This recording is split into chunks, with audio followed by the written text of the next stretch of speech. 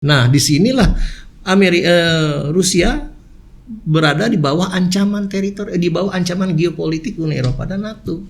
Sebelum dia jadi anggota, sebelum dia menyerang ya serang duluan. Oh, jadi penyerangan dari Rusia ini karena ketakutan. Ketakutan bahwa Ukraina ini suatu saat akan menjadi buffer zone, akan menjadi basis Uni Eropa dan NATO untuk menyerang.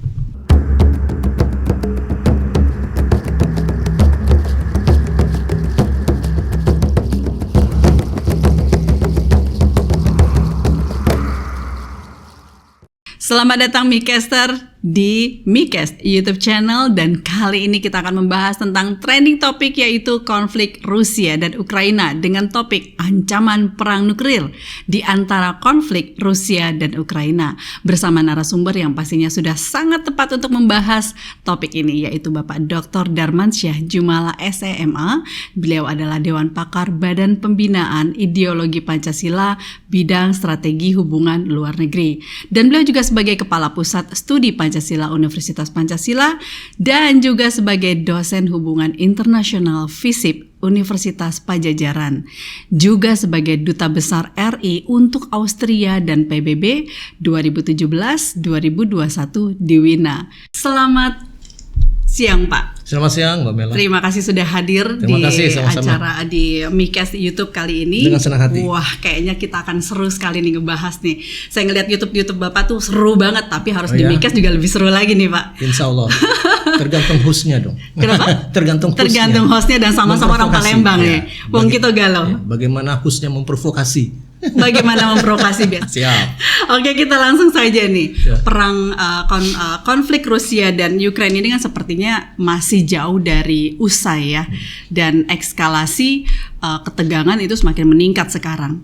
Dan kenapa ini pembahasan yang kadang-kadang ada pertanyaan-pertanyaan nih dari luar nih. Kenapa Rusia itu lebih memilih perang untuk merebut Ukraina? Kenapa mereka tidak lebih secara psikologis atau sosiologis untuk bagaimana mereka mengerti rakyat Ukraina supaya lebih bisa merebut Ukraina gitu? Kenapa dengan cara perang yang brutalitas sekarang ini, Pak? Nah, ini udah kelihatan awal-awal udah provokatornya kelihatan. Provokator. Ini ada dua hal yang diangkat oleh Mbak Mela ini sebagai host. Ya, provokasi itu pertanyaannya, provokatif, which is good. Yaitu pertama adalah kenapa nggak selesai-selesai? Itu pertama. Yang kedua, apa nggak ada cara lain Rusia itu untuk menyelesaikan masalah? Nah, itu dua hal itu yang saya tangkap. Betul. Dan karakter pemerintahnya masing-masing, kebijaksanaannya bagaimana? Oke. Nah, yang pertama adalah kok nggak selesai-selesai sih? Kok lama banget gitu. Sebenarnya kalau kita bilang nggak selesai-selesai, perang ini kan baru hampir setahun kan, belum puluhan tahun. Israel, Februari ya kalau nggak salah. Februari tahun lalu. Ya. Kan sebentar lagi baru 1 tahun, ini 11 bulan baru. 1 tahun itu baru, relatif baru kalau dalam konteks perang. Lah, perang yang namanya Israel Palestina dari tahun 48 sampai sekarang nggak selesai. Jadi relatif sekali kalau dibilang tidak selesai-selesai. Nah, tapi faktanya memang sudah hampir setahun kok nggak selesai-selesai. Even mereda juga tidak, malah tambah seru ini, ya. Nah, pertanyaannya kenapa kok tambah seru? Jawabnya itu adalah adalah karakter dari perang ini sendiri. Perang ini secara kasat mata yang dilihat oleh awam adalah perang antara Rusia dan Ukraina. Ya, sejatinya, as a matter of fact adalah perang antara Rusia melawan Ukraina, melawan NATO, melawan Amerika, melawan Uni Eropa. Berarti melawan semua negara dong, bukan hanya Ukraina. Bukan hanya Ukraina. Disinilah sehingga terjadi komplikasi permasalahan. Kalau antara perang bilateral saja, that's fine, man. It's easy to solve. Duduk berdua daripada kita bunuh-bunuhan capek ya. Ya udah damai aja. Itu kalau dua negara. Ini banyak, man. Uni Eropa aja 27. Belum NATO-nya yang masih banyak. Ya, non Uni Eropa juga masuk, belum lagi Amerikanya. Nah, kenyataan bahwa banyaknya negara yang terlibat inilah yang menyebabkan berlarut-larutnya perang yang sampai setahun ini. Nah, pertanyaannya kemudian kapan selesainya? Tidak ada satu ahli politik pun yang dapat meramalkan kapan suatu perang itu selesai. Karena apa? Kita boleh meramalkan pertempurannya selesai. Siapa menang, siapa kalah. Dalam waktu singkat kita bisa lihat dalam pertempuran. Tetapi itu tidak kesimpulan untuk memenangi peperangan itu sendiri. Boleh suatu negara memenangi pertempuran, tetapi belum tentu dia akan memenangi peperangan. Beda kan ya? Beda itu. Nah, disinilah kelihatan bahwa tidak mudah untuk menduga-duga, memprediksi kapan perang ini selesai. Karena yang terjadi sekarang adalah justru terjadi komplikasi keikutsertaan banyak negara. Pertanyaan kedua tadi, ini provokatif juga. Apa nggak ada cara lain sih? Kita lihat latar belakangnya deh, Mbak Mela. Latar belakang perang ini adalah bukan yang namanya perang teritorial. Jadi apa, Pak? Jadi saya melihatnya bukan perang perbatasan atau perang teritorial. Ini perang geopolitik, perang perbatasan pengaruh politik. Jadi kenapa Rusia menyerang Ukraina? Dari aspek geopolitik, dari geopolitical perspektif itu didorong oleh adanya persaingan rivalitas di dalam geopolitik. Setelah Uni Soviet itu roboh, hancur, berkeping-keping, kebanggaan politik Soviet itu hilang, habis. Negara-negara Polandia, Hungaria yang dulu pihak dia dipreteli satu-satu oleh Uni Eropa. Tetapi ketika sudah mendekat Belarusia dan Ukraina, Rusia bilang, stop, sampai situ aja deh. Jangan kalian merangsek untuk ngambilin pengaruh kami. Pengaruhnya kan ke Belarusia sama Ukraina lebih kuat nih, Rusia. Mau diambil juga oleh Uni Eropa. Secara geopolitik, kalau Ukraina dikuasai, dia akan gampang mempengaruhi, mencegah invasi dari Rusia. Kata Uni Eropa, kata NATO. Tapi Rusia bilang, jangan dong, itu kan adik kami. Itu adiknya kan Ukraina itu ya. Adik kan banyak orang Rusia di sana. Itu adik kami, jangan diganggu. Tetapi ambisi politik dan geopolitik NATO dan Uni Eropa nggak peduli. Mereka mainkan, mereka provokasi Ukraina melalui presidennya. Nah, disinilah Rusia berada di bawah ancaman di bawah ancaman geopolitik Uni Eropa dan NATO. Sebelum dia jadi anggota, sebelum dia menyerang, ya serang duluan. Oh, jadi penyerangan dari Rusia ini karena ketakutan. Ketakutan bahwa Ukraina ini suatu saat akan menjadi buffer zone, akan menjadi quote-unquote basis Uni Eropa dan NATO untuk menyerang. Rusia. Jadi sebelum diserang, serang duluan. Apakah hasil bumi yang sekarang ada di Ukraina itu menjadi faktor juga Rusia mau merebut atau memang hasil memerangi? bumi itu pertanian Ukraina itu memang bagus ya. Memang terbesar, eksportir gandum terbesar di dunia ya Ukraina itu. Tetapi gandum itu nomor 100. Yang paling penting adalah bagaimana teritori Ukraina ini tidak jatuh di bawah pengaruh politik NATO yang sehingga bisa dijadikan oleh NATO untuk nakut-nakutin Rusia di perbatasan itu. Makanya sebelum dia jadi NATO diserang dulu perbatasannya itu, 2 provinsi yang diambil. Itu latar belakangnya. Jadi ketika ditanya adakah cara lain dalam pengamatan, dalam teori ilmu politik realisme politik, nggak ada lain kekuatan yang harus main, yaitu menyerang. Oke. Ada ketakutan sendiri nggak dari Rusia sekarang karena Amerika, NATO sudah membantu Ukraina dengan semua senjata yang canggih dan pendanaan dan didukung ratusan negara. Rusia sendiri ada ketakutan nggak sekarang, Pak?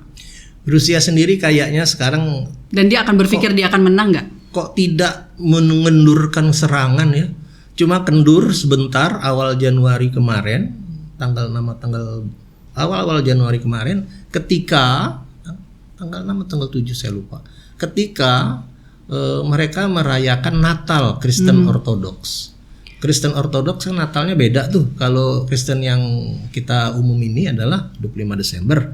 Kalau Kristen Ortodoks itu banyak penganutnya di Rusia itu tanggal 6 atau 7 Januari.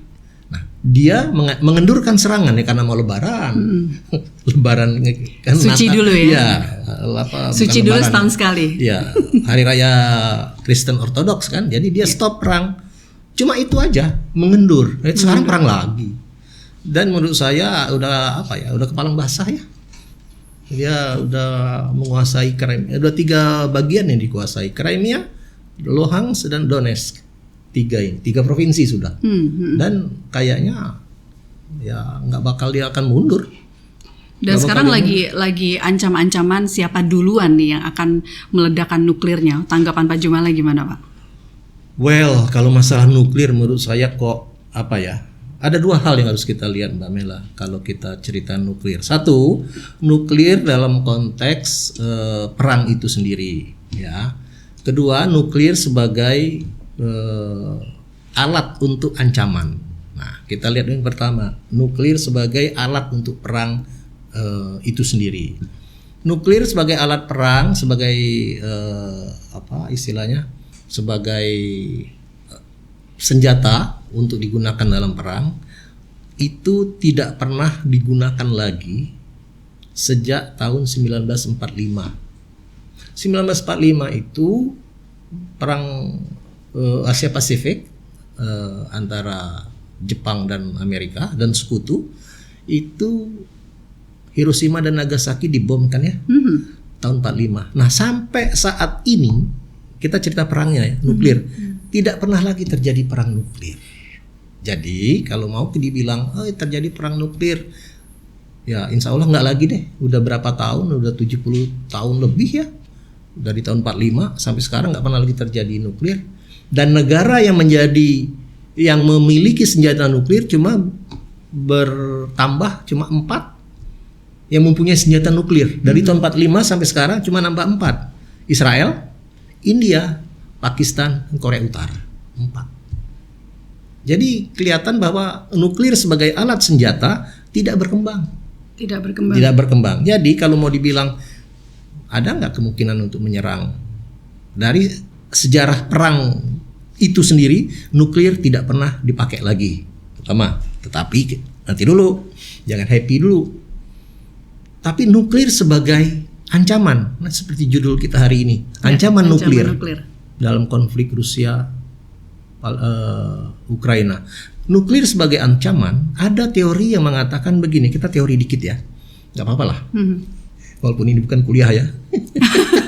Tetap kuliah untuk mahasiswa MIKAS nih. Di dalam teori politik internasional ada teori yang mengatakan begini, namanya deterrence theory. Deterrence itu teori deterensi. Teori nakut-nakutin istilahnya kalau bahasa gaulnya. Teori nakut-nakutin. Deterrent itu menggertak atau menggentarkan orang. Ini Thomas Schelling, udah lama nih, klasik banget teori, tahun 66 ini. Beliau adalah profesor di Harvard University, membuat teori namanya deterrent theory. Isinya adalah senjata nuklir itu adalah alat untuk menghindari perang itu sendiri. Oh, gimana tuh Pak? Tahu kan? Loh kan sekarang lagi, pokoknya kalau perang justru ancam-ancaman kan? Nah, tapi ini saya buktikan teori ini benar. Ya. Deterrent theory mengatakan nuklir sebagai ancaman digunakan untuk menghindari perang itu sendiri. Logikanya begini. Kalau ada satu negara mempunyai nuklir, negara lain mempunyai nuklir, perang, jeger, perang, seperti terjadi sekarang. Rusia ngancem, kalau Anda ikut campur di dalam peperangan ini, akan saya gunakan senjata nuklir. Ancaman dong. Nah, menurut Thomas Schelling namanya, Profesor Thomas Schelling ini mengatakan ancaman nuklir yang dikeluarkan oleh Rusia ini justru untuk menghindari perang yang lebih besar. Sebab begini logikanya. Saya suka mikir nih. Saya jadi mikir nih. Sebab kalau Rusia ngomong, kalau kalian ikut, saya gunakan nuklir ini. Di sana kan mikir, jangan-jangan dia ini nekat. Kalau orang nekat udah kalap, hancur bareng ini, mati bareng kita. Oh, jadi nggak ada yang menang, nggak ada yang kalah. Nggak ada yang menang, nggak ada kalah. Zero sum game. Justru perang itu untuk mencari yang menang dan kalah. Iya, nggak ada yang menang dan kalah, hancur semua. Berarti sebenarnya mereka sama-sama nggak mau mengeluarkan. Sama-sama takut. Sama-sama takut. Karena digertak oleh pertama tadi. Berarti ini benar-benar hanya sebuah ancaman. Ancaman. Nah, mengancam kan mereka nggak berani nyerang balik. Inilah yang terbukti bahwa sampai sekarang NATO, Amerika cuma nyuplai senjata saja, tidak berani menyerang langsung ke bumi Rusia. Oh, begitu. Oh, ini berarti teori deterrence teori tadi itu ya. works, the theory works, workable. Oke. Disinilah kalau kita melihat, terus ancaman nuklir itu bahaya nggak? Tenang men. Teori mengatakan ini kok. Itu enaknya kalau dosen ya. Itulah, jadi ada teori mengatakan ancaman nuklir justru untuk menghindari perang itu sendiri, untuk menghindari perang yang lebih besar. Tuh, itu tadi. Kalau orang mau sama-sama hancur, sama-sama zero sum game, kalah jadi abu, menang jadi arang. Betul. Nah, itulah yang menjadi basic dari teori Thomas Schelling yang mengatakan deterrent theory tadi. Dan nuklir ini, Pak Jumala ya, semua orang tahu bahwa begitu nuklir diledakkan itu menjadi sebuah malapetaka, bahkan untuk seluruh negara atau seluruh dunia gitu ya. Tapi kalau kita lihat sisi positifnya, nuklir itu ada nggak sih sisi positifnya? Ini provokasi yang another provocation ya. Ini bagus pertanyaan. Ada nggak sisi positifnya? Ya. Ada dong, banyak banget. Apa tuh Pak? Banyak banget. Umpama begini, inilah namanya kadang-kadang kita ini apa ya, misperception terjadi di sementara publik awam ya. Kalau kita cerita nuklir, asosiasi kita ini selalu perang, bunuh-bunuhan, kemusnahan massal, mati gitu ya. Itu Hiroshima Nagasaki. Iya. Tapi setelah Nagasaki kan nggak ada lagi. Nggak ada lagi sampai hari ini. Tapi persepsi ini melekat, nggak bisa berubah. Yaitu seperti yang Mbak Mela bilang, perang nuklir, hancur-hancuran, ada yang banyak mati, banyak yang musnah gitu ya. Tetapi ketahuilah bahwa nuklir itu bisa juga untuk kemaslahatan umat, kesejahteraan rakyat, kemaslahatan publik. Oke, jadi ada positifnya itu ada ya. positif Sebagai dong. pakar boleh dijelaskan nggak? Ini pasti orang awam sangat membutuhkan. Begini, memang nuklir itu kalau digunakan untuk senjata ya hancur-hancuran kayak Hiroshima Nagasaki. Tetapi kalau dia digunakan untuk di sektor pertanian, di sektor peternakan, kesehatan, Masya Allah, gunanya banyak banget. Oh, apa aja Contoh, tuh Pak? kalau kita ke rumah sakit ya, lihat deh. Kalau kita ke rumah sakit, ada kan itu untuk pengobatan radiasi nuklir, untuk kanker, I see. untuk memecah batu ginjal. Betul. Itu ada pakai nuklir pakai itu nuklir. ya. Nah, ini artinya nuklir untuk kesehatan. Dipakai di Cipto ada, di Pertamina, rumah sakit Pertamina saya lihat ada. Dan itulah yang disebut di Hasan Sadikin Bandung saya pernah lihat. Memang digunakan nuklir untuk kesehatan. Ini kemaslahatan umat dong. Iya, betul. Kedua, pertanian. Batan sekarang di BRIN ya. BRIN itu dengan instalasi nuklirnya di Serpong itu sudah mengembangkan varietas padi unggul melalui radiasi nuklir, sehingga biji padi itu bisa membuahkan biji yang lebih banyak, butir lebih banyak, dan lebih cepat masa panennya. Wah, itu menggunakan nuklir. Menggunakan nuklir. Saya bukan insinyur, saya nggak bisa menjelaskannya. Bagaimana radiasi mutation breedingnya gimana, nggak tahu saya. Itu orang insinyur yang bisa menjelaskan. Iya. Tetapi saya sebagai diplomat melihat inilah manfaat nuklir untuk kemaslahatan umat. Yeah. Bukan hanya untuk perang saja, tapi juga untuk pembangunan, untuk pertanian, untuk kesehatan, dan lagi satu, peternakan. Unbelievable. Oke, kalau kita melihat Bapak Presiden kita, Bapak Jokowi, itu sangat berani sekali untuk mendatangi kedua negara ini, Rusia dan Ukraine. Oh ya, waktu itu beliau berkunjung ya? Iya. Kalau kita melihat ini ada mengandung nilai Pancasila nggak untuk kita nih, Pak Jumala? Pak Jokowi dulu berkunjung ke Rusia dan Ukraine ya. Itu memang menjadi perhatian media loh, bukan hanya media nasional tapi juga media internasional. Internasional. Saya amati, dan mereka umumnya positif menanggapi. Ini baru pertama kali nih presiden menemui dua-duanya gitu. Dan dalam keadaan perang. Kok berani ya? Berani sekali. Kok nekat ya? Betul. Kira-kira gitulah. Nah, sebenarnya yang perlu ditanya adalah kenapa Pak Jokowi sebagai presiden Indonesia dan kebetulan G20 waktu itu ya, presiden G20, menjadi pertanyaan dorongan apa gerangan yang men-trigger pemimpin Indonesia ini kok berani ke daerah konflik? Jawabannya cuma satu. Dorongan nilai-nilai ideologis yang diyakininya benar, yaitu Pancasila. Nah, di sini pertanyaan tadi, di mana Pancasilanya? Ntar dulu, kita lihat ya satu-satu. Pak Jokowi datang ke sana sebagai G20, sebagai Presiden Indonesia. G20 pada waktu itu membawa bendera, membawa tagline recover stronger, recover together, recover stronger. Itu kan ya? Nah, karena pada saat G20 dan even sampai sekarang terjadi krisis.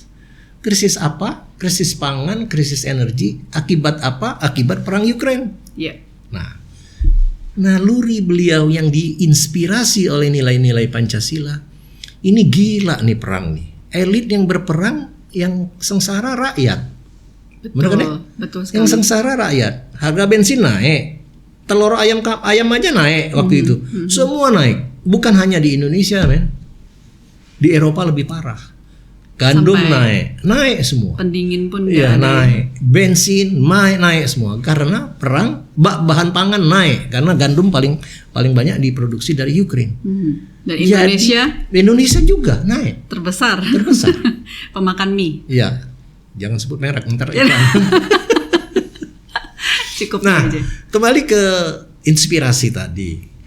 Kemudian melihat orang perang tapi yang korban adalah rakyat banyak, naluri yang muncul adalah naluri kemanusiaan.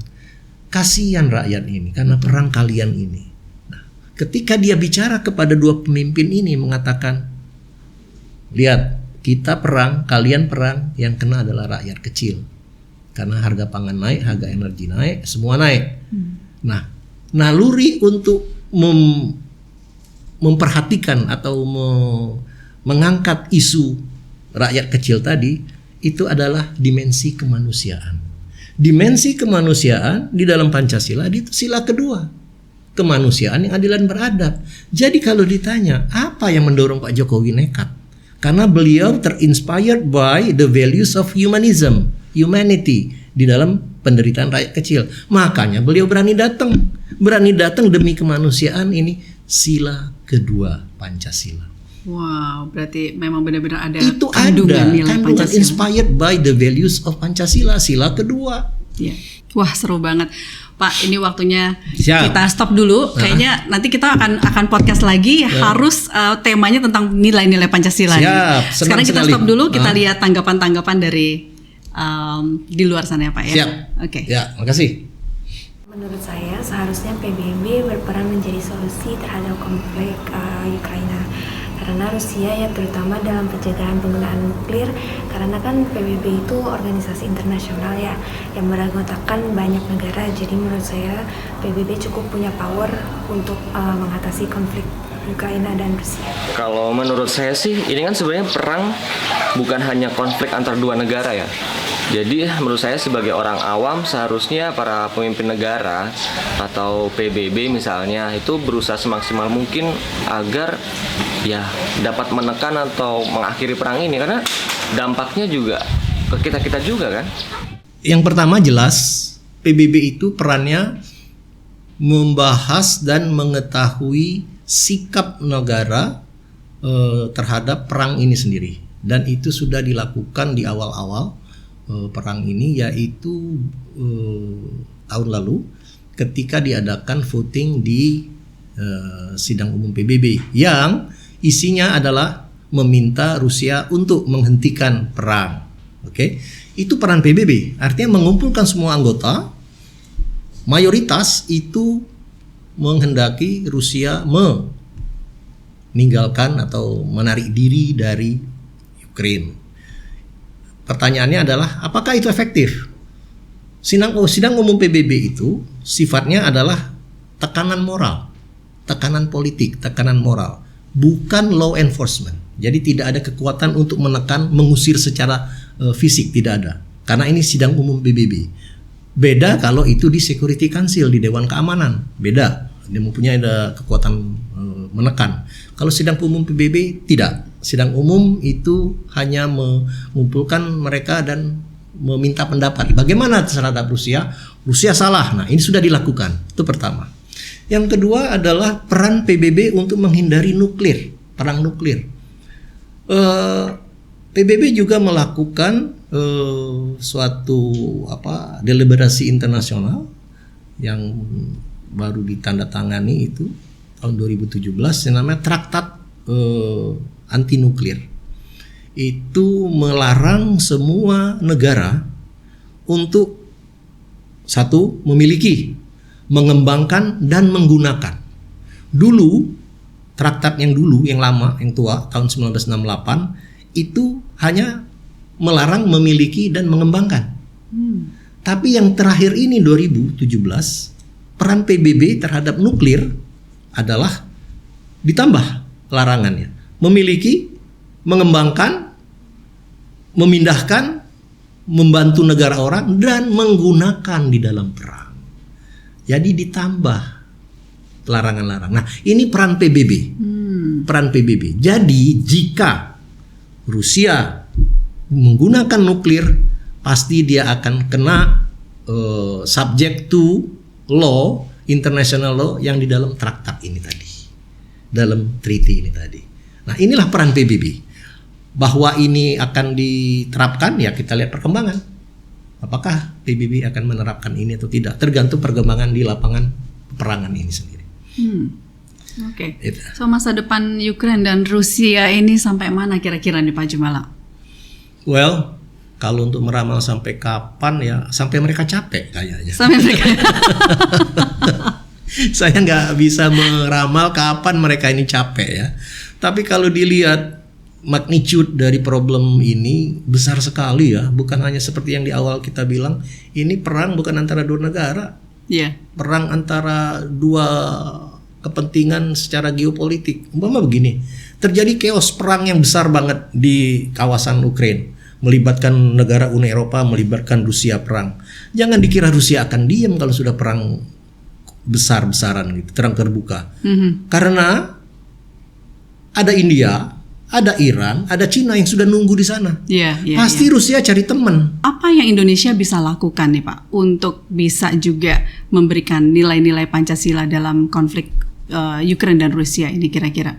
Sebagai closing statement, saya ingin menyampaikan bahwa kita harus realistis di dalam melihat masalah konflik Rusia sama Ukraina ini. Realistis dalam arti bahwa kita harus tahu to what extent we can play our role gitu loh. Apa yang bisa kita lakukan? Perang langsung di lapangan, no way man. Kita tidak pernah diizinkan oleh konstitusi untuk ikut dalam aliansi militer. Tidak akan ikut. Nah, terus apa yang dilakukan?